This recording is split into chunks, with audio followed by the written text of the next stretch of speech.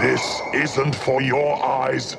Welcome to Watch Mojo, and today we're looking at films that fall under the horror umbrella, unearthing the scariest moments ever to grace the silver screen. Beware the following spoilers.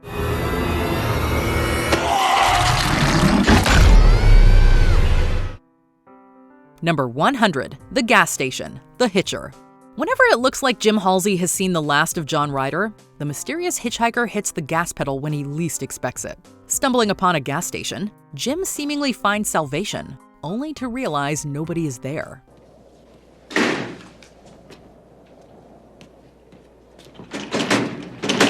Well, almost nobody. The scene lures us in with an emphasis on sound effects over dialogue, creating a sense of isolation. Jim isn't alone, however.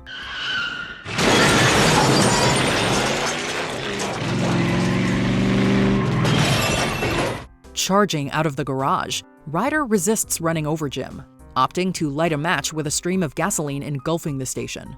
Jim narrowly escapes with his car on fire, but Ryder has made his point even more apparent. He won't stop until one of them permanently runs out of gas, kicking the stakes into high gear.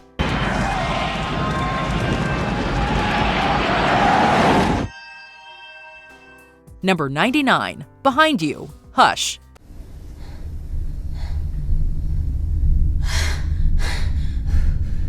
Mike Flanagan has carved out his place as a modern horror master, often collaborating with his wife, Kate Siegel. In Hush, Siegel plays a woman who lost her ability to hear or speak in her youth, who realizes she's being stalked.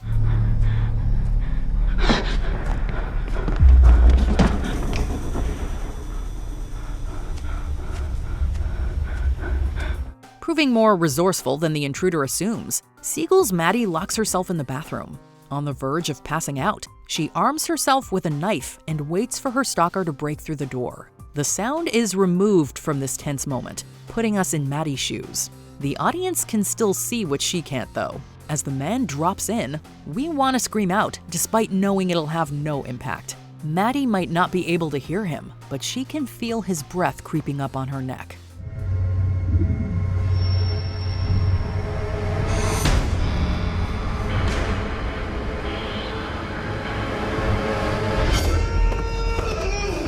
Number 98, Train Station Apocalypse, Train to Busan.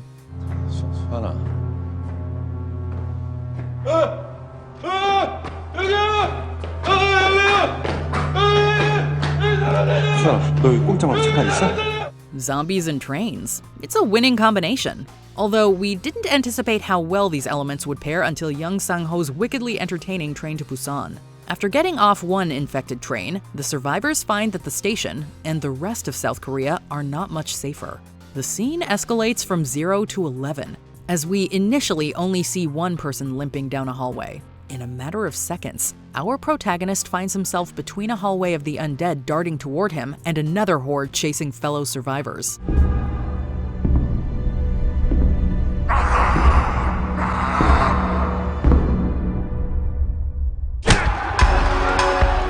This visual underlines the notion that there's virtually nowhere to run. That won't stop those who remain from trying. And remember, when zombies attack, it's always good to have a book and coat on hand. Number 97, Auto Body Horror, Titan. Titan is truly unlike anything you've seen, centering on a female serial killer who's impregnated by a car. It sounds comedic, but there are far more gasps than laughs. Throughout the film, we watch Alexia's body undergo unnatural changes as the baby growing inside turns her into a mechanical monstrosity. Along the way, she develops a complicated relationship with a man named Vincent, posing as his long-lost son. Vincent is there to assist in the excruciating birth, which rips the life out of Alexia. Feeling as if he's lost a child all over again, Vincent commits to raising the baby, who takes after both of its parents. The haunting final image is sure to send shivers up your spine, no matter what you're made of.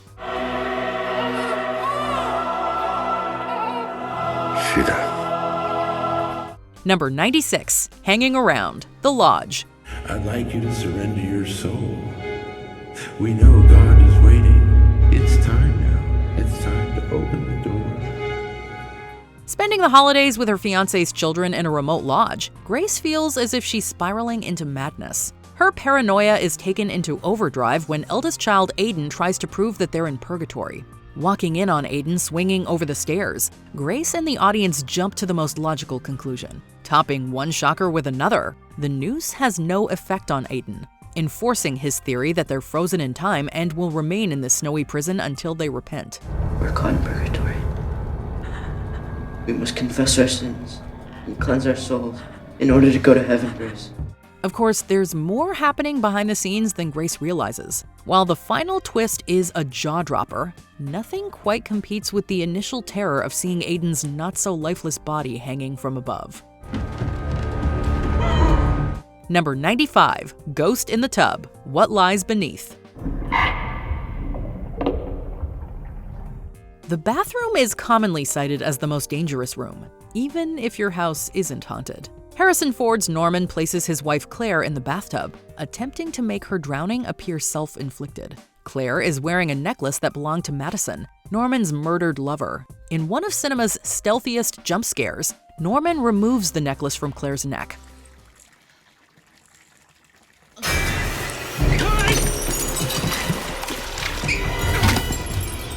Only to find Madison's ghoulish face staring back. If the audience weren't already sitting down, they'd jolt backward like Norman, who slips and accidentally slams his head on the sink. This ingeniously edited sequence merges supernatural horror with the real-world horror of bathroom accidents. Norman's fall looks and sounds like it genuinely hurt, although we can all agree he deserves the pain. I never wanted any of this to happen. Number 94, Asking for a Sign, Saint Maud. I'm begging you. I'll do anything. Please, guide me. Maud, or Katie as she once went by, is convinced that God has a greater purpose for her. Searching for that purpose, Maud becomes lost with her world turned sideways. Calling for guidance, Maud is pointed to the sky as she descends into insanity. Losing control of her body, Maud's agony is drowned out by the sounds of fireworks and water from the sink running over.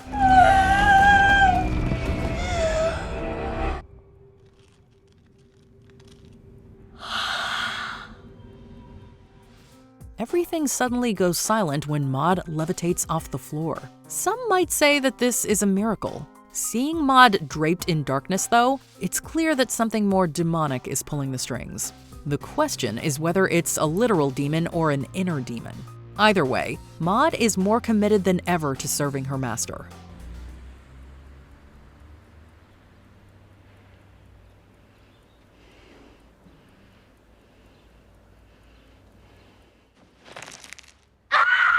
Number 93, Tearing Me Apart, Hellraiser.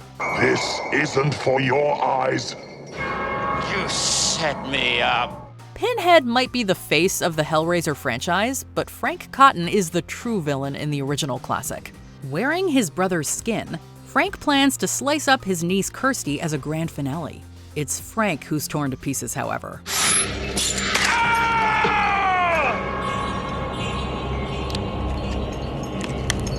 Admitting to his sins, Frank answers to the Cenobites, who have a twisted punishment in store.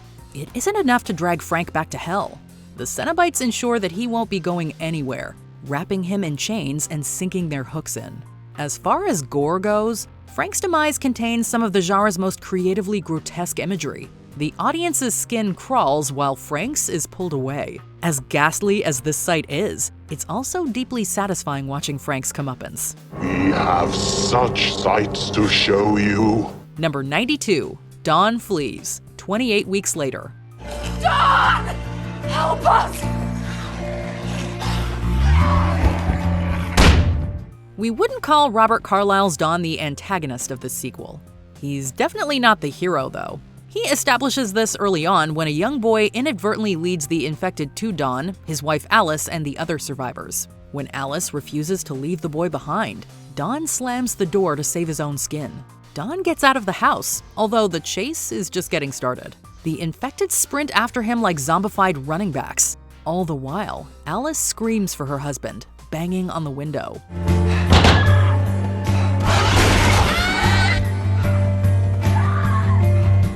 The chaotic editing, cinematography, and music reflect Don's snap decisions.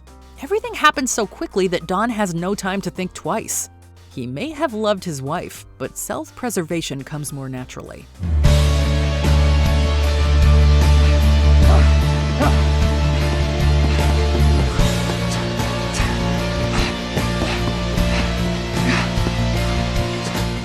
Number 91, Alligator Attack, X.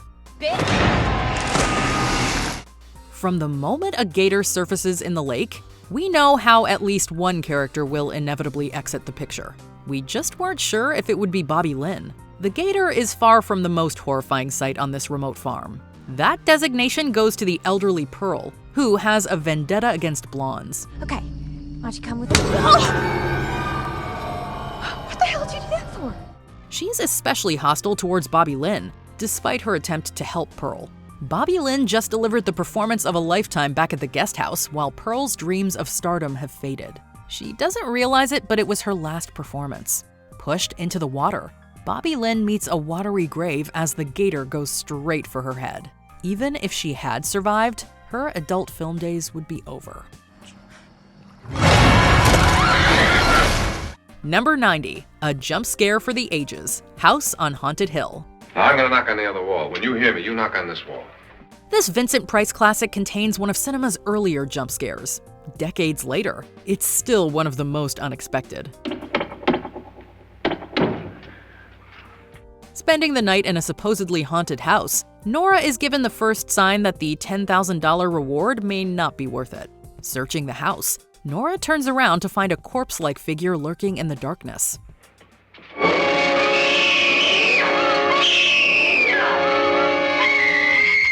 With dead eyes, crooked teeth, and petrifying hair, this face will either leave you screaming like Nora or fainting in your seat. Admittedly, seeing the figure slide out of the room like she's on a moving walkway is a little silly. After the initial shock practically gave us a heart attack, though, a touch of levity isn't unwelcome. What if it ran out of here? I'd have seen it. Lance, it doesn't run, it just floats. Number 89, C-section, Inside.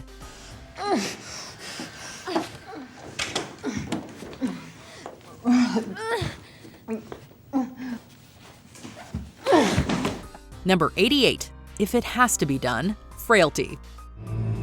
May God welcome you and keep you.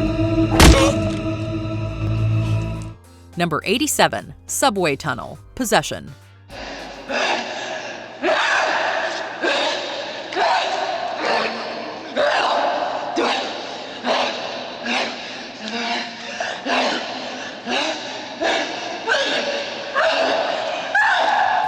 Number 86, The Bear, Annihilation.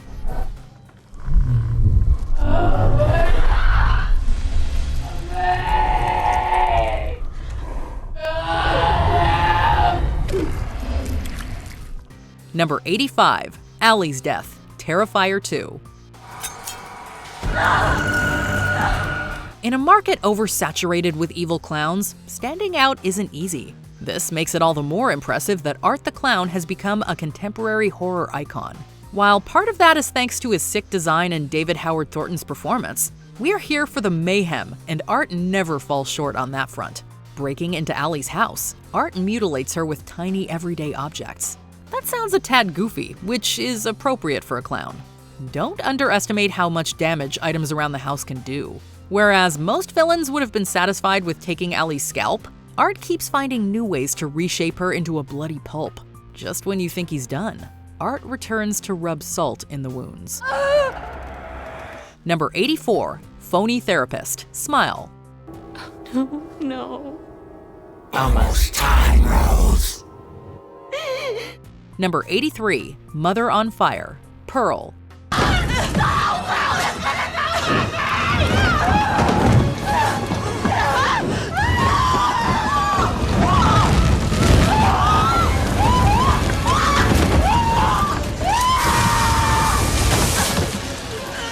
Number 82, Nailed It, A Quiet Place.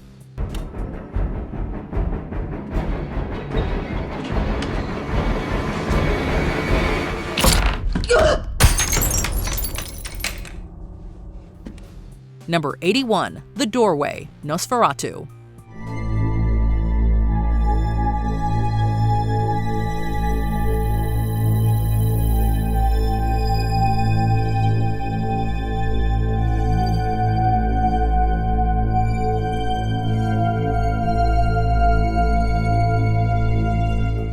Number 80. Gabriel, Malignant. Like a parasite, Gabriel feeds off Emily. Madison is haunted by the enigmatic Gabriel, who she initially believes to be a childhood imaginary friend. To an extent, Gabriel is in Madison's head. Just as significant, Gabriel also grew out of her head. On a VHS tape, we see a young Madison in the hospital. The camera casually moves around Madison, making it even more jolting when Gabriel is exposed on the other side.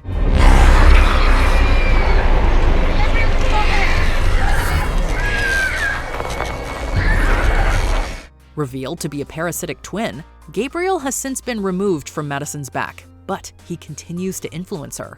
This is one of the rare horror movie twists that we can safely say few saw coming. Even if you did, Gabriel's introduction will leave everybody checking the back of their head to ensure nothing is there.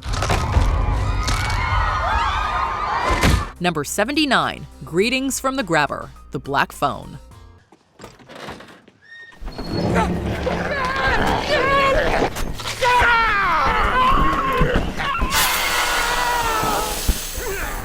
Number 78. The Mermaid, the Lighthouse.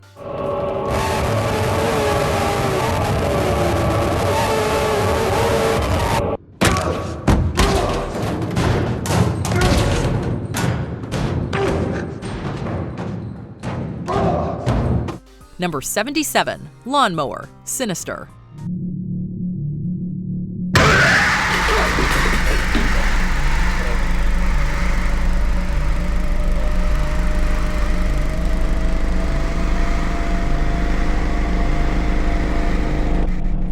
Number 76. Raining Blood, Nope.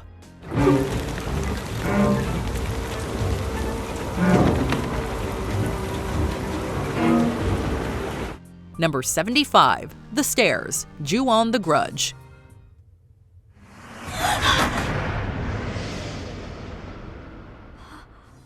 Most scary scenes are executed in a snap, giving the characters and the audience little time to react. In this scene, we see the advantage of slow building tension, which continues even after the big reveal.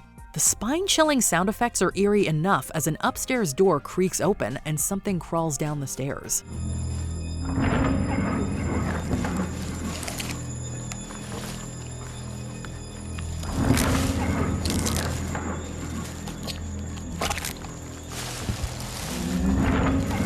The ghostly Kayako surfaces, growing more petrifying as her disfigured body is fully exposed. Rather than have Kayako leap out at Rika, the scene lets the terror stew, stressing that there's no point in running.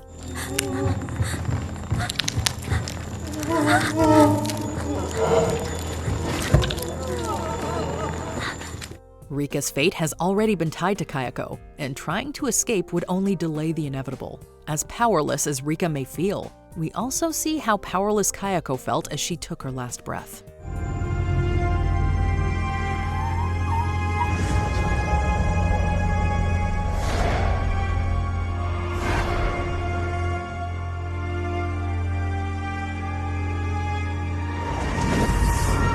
Number 74. Abandoned City, 28 Days Later.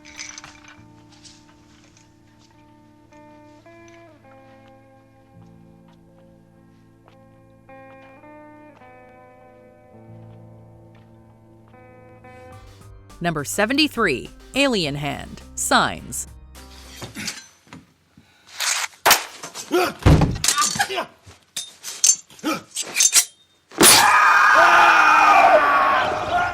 Number 72. Man with No Eyes, Jacob's Ladder. There is no out of here.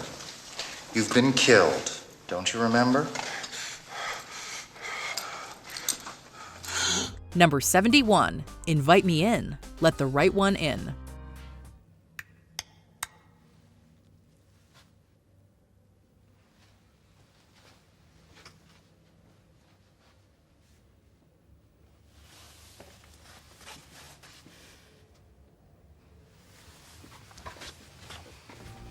Number 70, Slice in an Eye, Un Chien Andalou.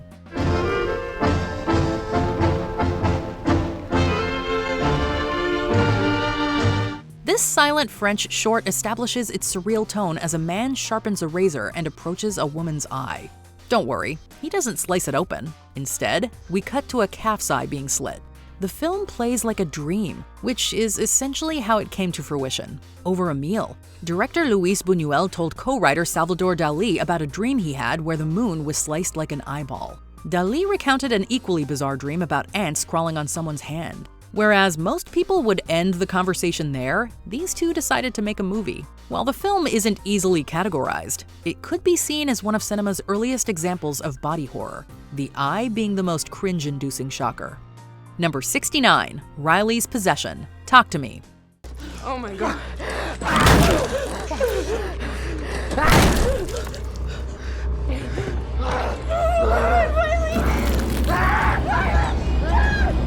Number 68, The Torture, Audition.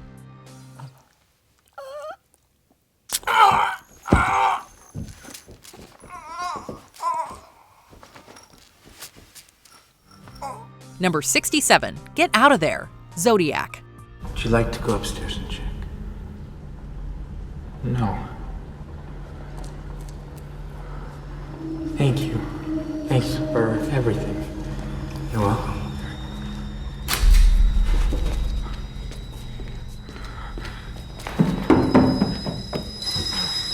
Number 66, The Stabbing, The Last House on the Left. You bad baby.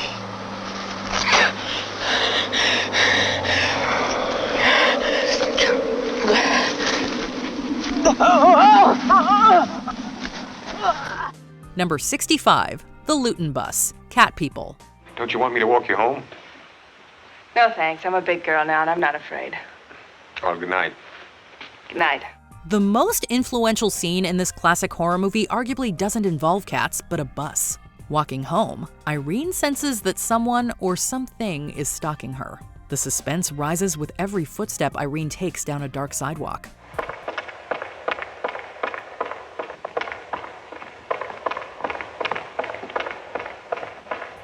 The otherwise dead silent street is suddenly overcome with a hissing sound almost like a savage jungle cat. It's merely the bus, but by the time the audience realizes this, they're still catching their breath.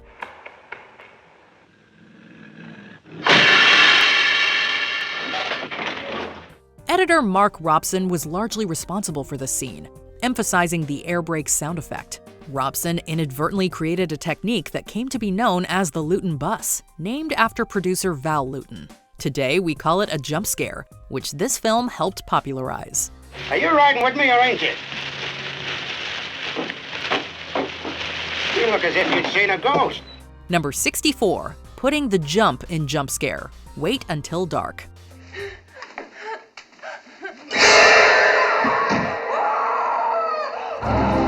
Number 63, Breakfast Time, The Hills Have Eyes. We went into the mines. You set off your bombs and turned everything to ashes. Number 62, Surgery, Eyes Without a Face.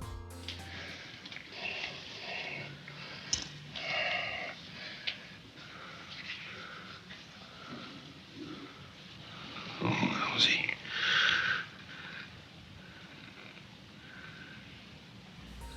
Number 61, Mother Kills Keith, Barbarian. We have to come this way! Someone's down! I'm not going back!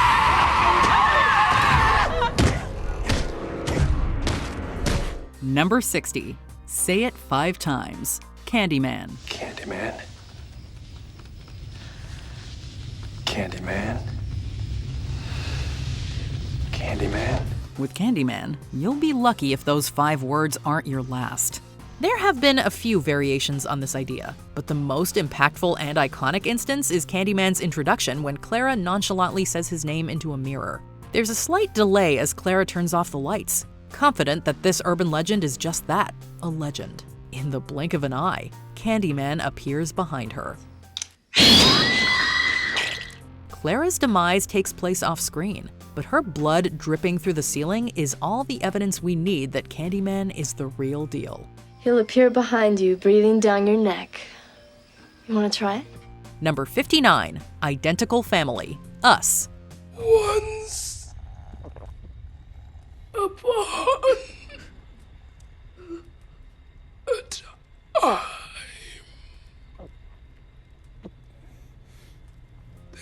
Number 58, What Does Anna See? Martyrs.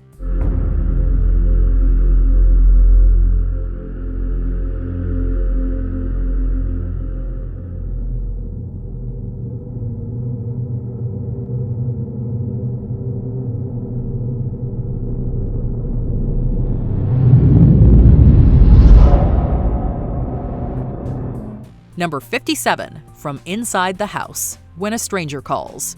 Who are you?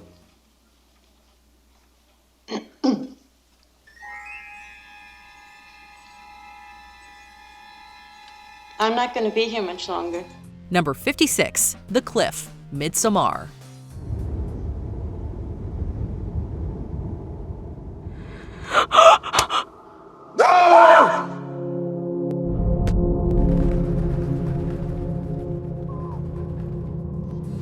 Number 55, The Restaurant, The Invisible Man.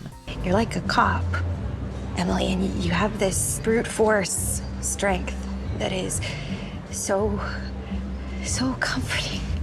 Scary movies have rules. If you go down a dark hallway or into the woods, you're gonna have a bad time. If you're in a public setting like a restaurant, though, there's nothing to fear, unless the enemy is invisible. We didn't even consider that last part until seeing the Invisible Man remake. For a brief instance, Cecilia feels secure as she sits across from her sister Emily, pleading for help. Cecilia's theory that her late partner is alive and stalking her in an invisible suit might be a tough pill to swallow. Yet the truth is as apparent as the floating knife that slits Emily's throat. It has cameras and it somehow... What? Framing Cecilia for the crime, we see more than ever that Adrian's reach knows no end.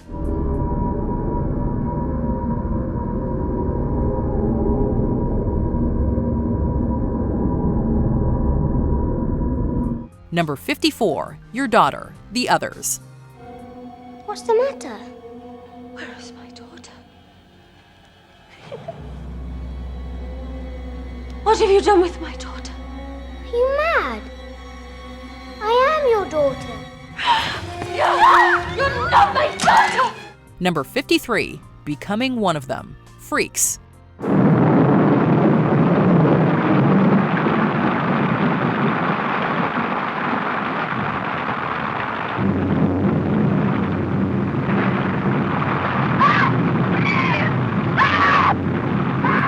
Number 52, Girl in the Tent, The Sixth Sense.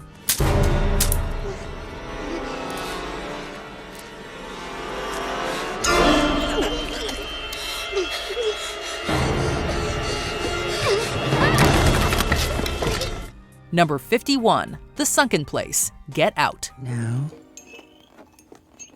sink into the floor. Wait. Sink.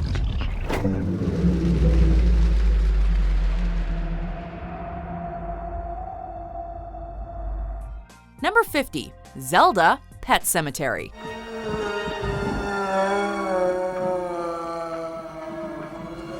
This Stephen King adaptation admittedly isn't without its melodramatic moments, but the film takes a sharp turn into the nightmare zone when Rachel reminisces about her sister Zelda. Described as a dirty secret, Zelda is a bedridden, disfigured soul who's treated like a helpless animal. Rachel wishes Zelda would put everyone out of their misery and kick the bucket already, which is what inevitably happens.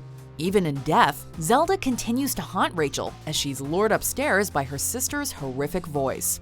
Andrew Hubatsik's transformative, spine-tingling performance as Zelda makes the audience twist in their seats whenever he's on screen. I'm going to twist your back like mine, so you'll never get out of bed again. Never get out of bed again. Never get out of bed again! Number 49, The Ending, Paranormal Activity. Number 48, A Nighttime Visit, The Babadook. Number Number 47, Hobbling, Misery. Trust me. God's sake. It's for the best. Eddie, please! Number 46, Emerging from the Tent, A Field in England.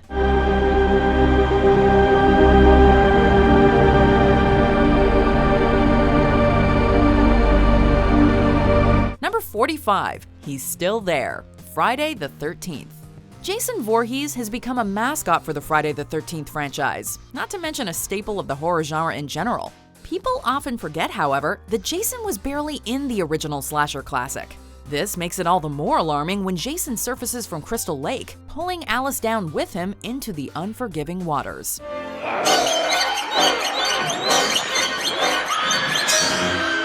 Alice wakes up in the hospital safe and sound, but soon comes to the realization that Jason is still out there, preparing to strike back in an onslaught of sequels. For a film that was written off as trashy and gratuitously violent upon release, the final shot is surprisingly understated and unsettling, leaving us with a feeling of dread. Number 44, Walking Through the Subway, Cloverfield. On the night vision. What? It's right here. I got it. It's right here. There. Is it on? Number 43, The Birth, The Fly. Number 42, The Ritual, The House of the Devil.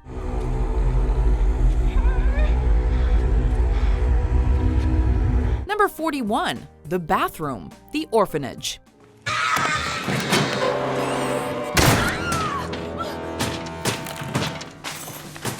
Number 40, The TV, The Ring.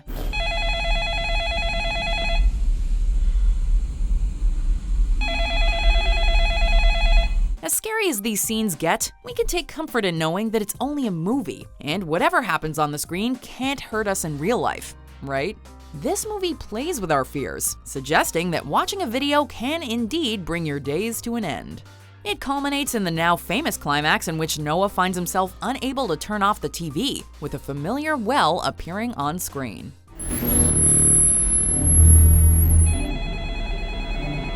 The scene slowly builds tension as the grisly Samara rises from her watery grave and limps forward.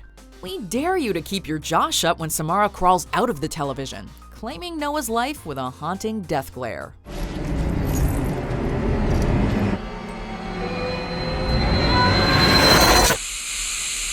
Number 39, Abandoned Hospital, One Missed Call.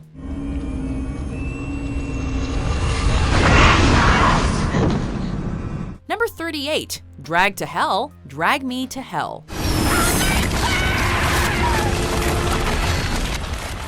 Number 37, Claustrophobia, The Vanishing. Number 36, Climax, Carnival of Souls.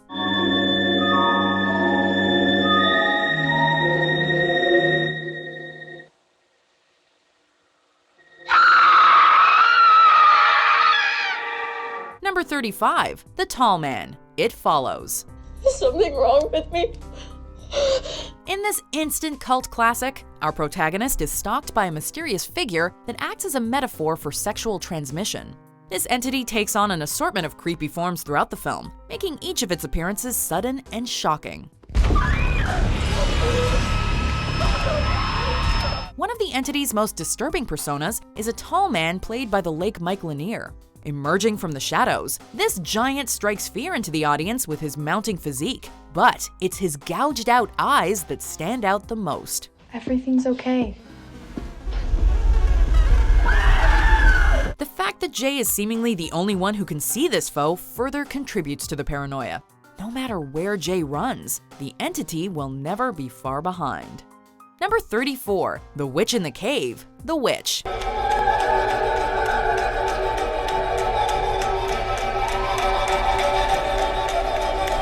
Number 33, Sloth, 7. He's laughing at us. You got what you deserved. He's alive! He's alive! Number 32, Look Behind You, The Strangers.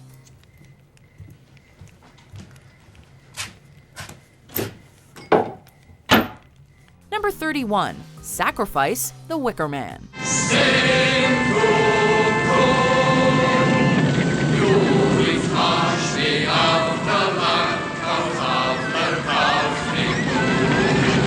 Number 30. Georgie meets Pennywise. It. Hiya, Georgie. Anyone who read Stephen King's original novel or saw the 1990 It miniseries already knew Georgie's fate going into this 2017 adaptation.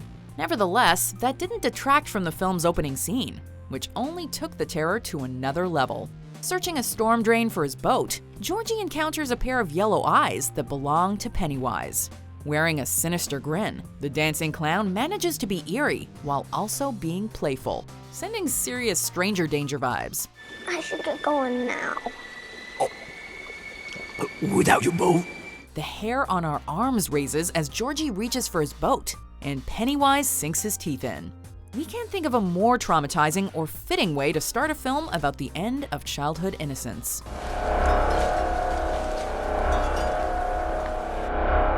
Number 29. Mirror Jump Scare. Repulsion.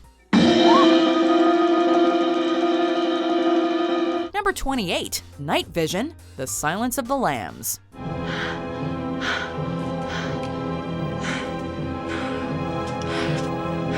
Number 27. Wardrobe Scare. The Conjuring.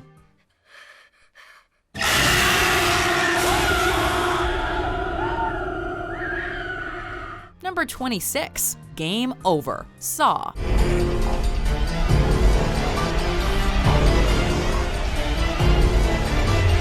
Number 25. The Nurse Station. The Exorcist 3. After the disappointment of Exorcist II, William Peter Blatty delivered a superior sequel that still didn't top the original, but did have some worthy scares nonetheless. This scene starts off by submerging the audience into a false sense of security. Nothing especially ominous seems to be afoot as we watch a nurse lock up for the night. Then, without warning, we leap to the end of the hallway where a sheeted killer approaches the nurse from behind, armed with shears.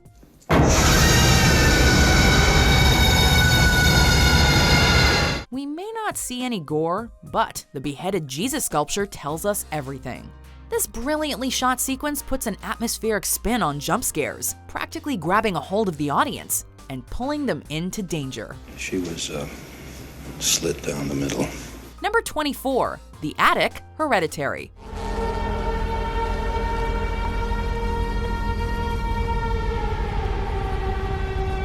Number 23. The Baby. Eraserhead.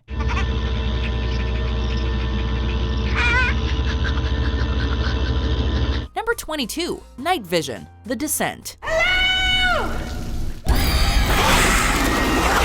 Number 21. The Ending. Wreck. Number 20. The Devil Impregnates Rosemary. Rosemary's Baby. Why are you taking them off? To make you more comfortable. I am more comfortable.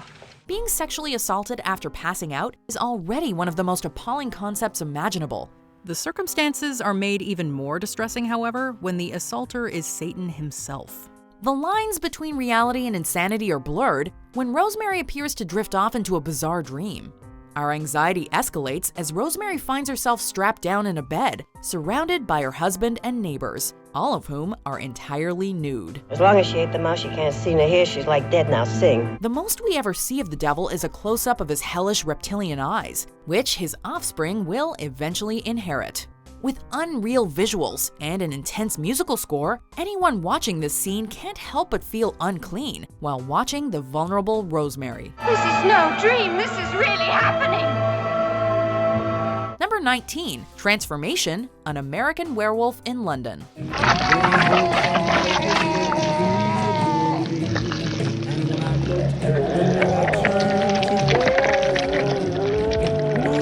Number 18. The Nanny's Death. The Omen. Look at me, Damien. It's all for you. Number 17. Back from the Grave. Carrie.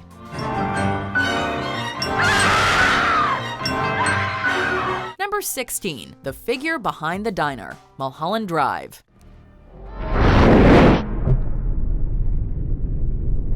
Number 15. Do you like scary movies? Scream.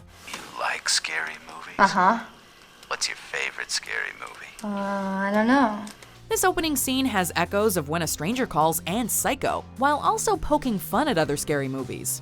But even at its most self-referential, the scene remains utterly original. A phone call goes from lighthearted to heart-pounding when it becomes clear that Drew Barrymore's Casey is not alone. You never told me your name.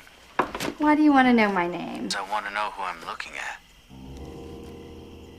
What did you say? The fate of Casey and her detained boyfriend boils down to a trivia game that ends in failure. If you think this movie wouldn't dare kill off its biggest star within the first several minutes, Ghostface asserts up front that he does not play by the rules. For anyone who assumed that horror was dead in 1996, this scene proved there was still plenty of life left in the genre. Number 14, Blood Hanging, Suspiria.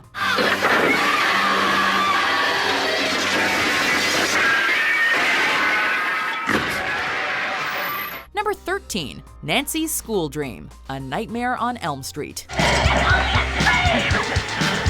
to Freddy. Number 12, Going Swimming, Jaws.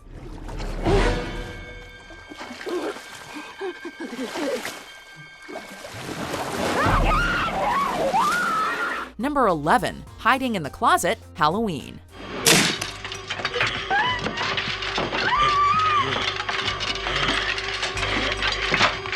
Number 10, Linda Possessed, The Evil Dead. We're gonna get you, we're gonna get you, not another peep. When it hit theaters in 1981, there hadn't been a low-budget horror flick quite like The Evil Dead.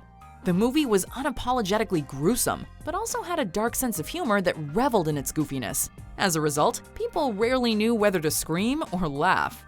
This scene is a key example of what makes The Evil Dead such a unique addition to the horror library.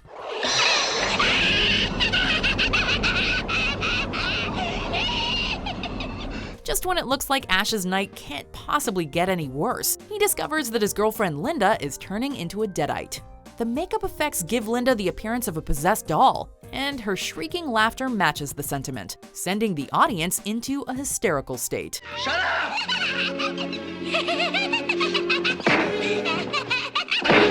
Number 9, The Clown, Poltergeist.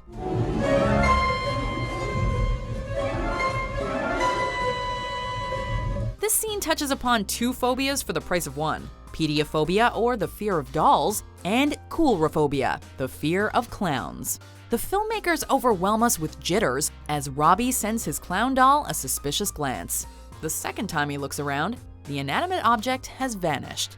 Although we know what's coming, we are still unprepared as the clown coils its arm around Robbie and drags him under the bed.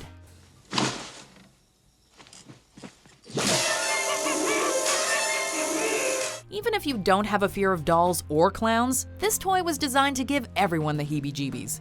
Considering how the scene tormented an entire generation of children, we can see why the PG-13 rating was introduced 1 month after this film's release. I hate you! I hate you! You're gonna! I hate you! I hate you! I hate you! Number 8, The Shower, Psycho.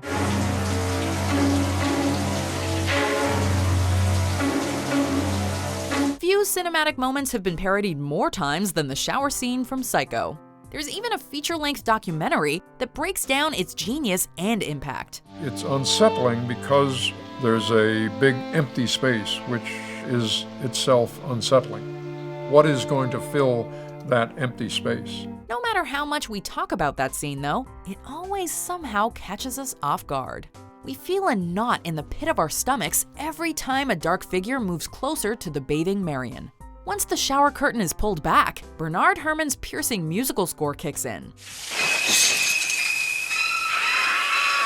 The cinematography makes us feel as if we're in this confined space alongside Marion as the life is stabbed out of her.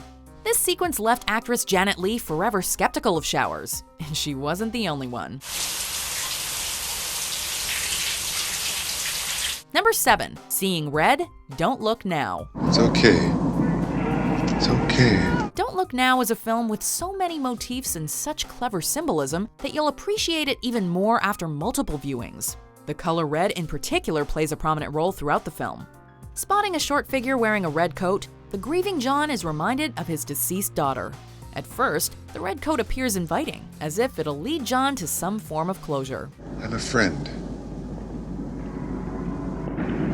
hurt you. The color red turns out to be a warning, though, as John is guided to his own demise. In the end, it turns out the red hooded figure wasn't a lost child, but a repulsive-looking little person concealing a meat cleaver. With that, the bell tolls for John.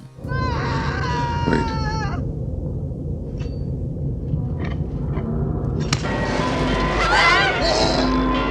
Number 6, The Final Chase, The Texas Chainsaw Massacre.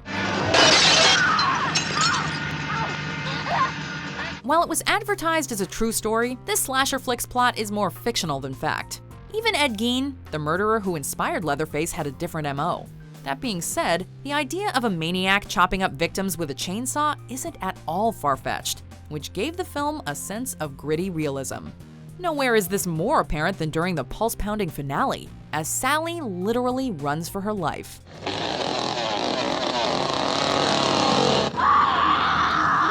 Fortunately, a trucker runs over the hitchhiker, while Sally narrowly evades Leatherface by hopping aboard another vehicle. The chaotic staging and low-grade production values actually work to the scene's advantage, giving it the authenticity of a documentary, with a blood-curdling final shot.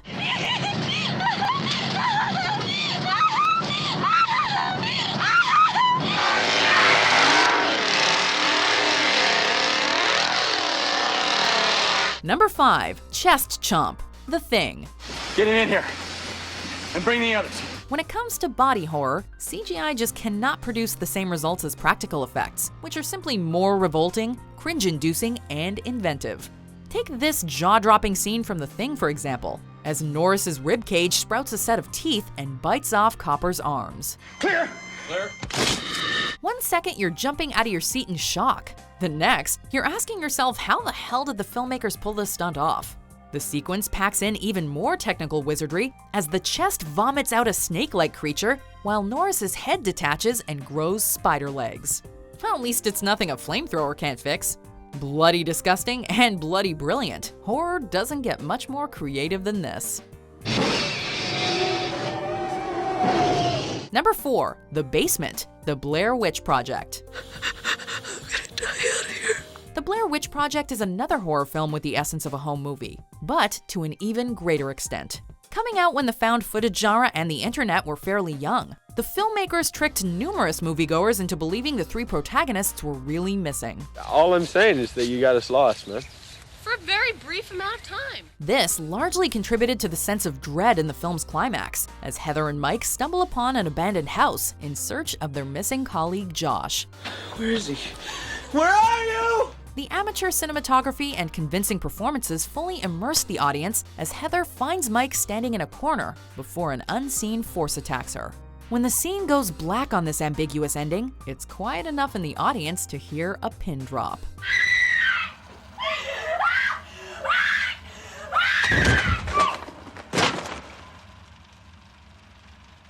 Number 3, The Bathtub, The Shining.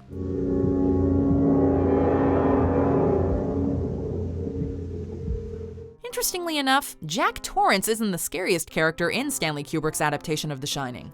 That distinction goes to the woman in the bathtub. Beginning from Jack's point of view, this scene escorts us into room 237's bathroom, where a bathing beauty awaits. The dull look on Jack's face becomes aroused as the naked woman climbs out of the tub and puts her hands on him. Matters take a total 180 turn when Jack looks in the mirror and realizes he's kissing an old, saggy corpse.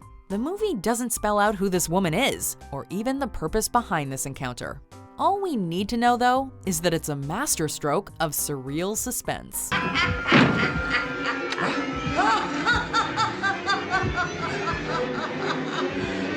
Number 2, The Chestburster, Alien.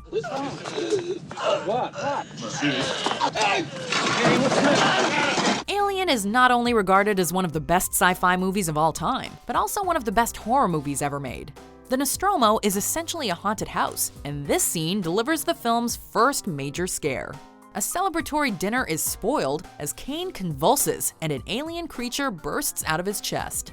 Although the cast members knew the chestburster was coming, they were not prepared for the amount of blood splattering everywhere. The petrified looks on the actors' faces are completely genuine, which in turn left audiences wearing similar expressions. In space, no one can hear you scream. At the movies, however, you can hear an entire auditorium erupt in fright.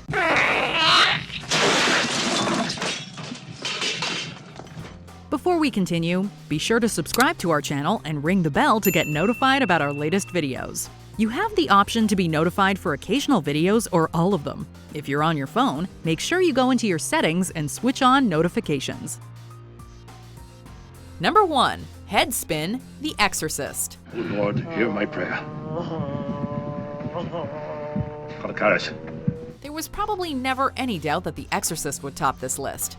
Between Linda Blair's immortal performance as the possessed Regan, Mercedes McCambridge's menacing voiceover work as the demon Pazuzu, the revolutionary special effects, and the sickening makeup, William Friedkin's horror masterpiece has no shortage of terror-inducing scenes. If we had to single out one moment that encompasses the film in all of its ghastly glory, it would have to be Regan's iconic head spin. By this sign of the Holy Cross of our Lord Jesus Christ, who lives and reigns with the Father and the Holy Spirit. Turning 360 degrees while Father Merrin tries to purge the evil presence from her body, Regan's flexible neck still has us squirming over 50 years later. The crackling sound design only adds to this chilling scene. Amen. God, defender of the human race. Which horror movie scene continues to haunt your nightmares? Let us know in the comments if you dare. I can still hear that voice.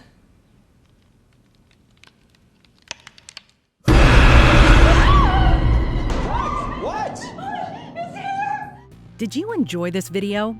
Check out these other clips from WatchMojo, and be sure to subscribe and ring the bell to be notified about our latest videos.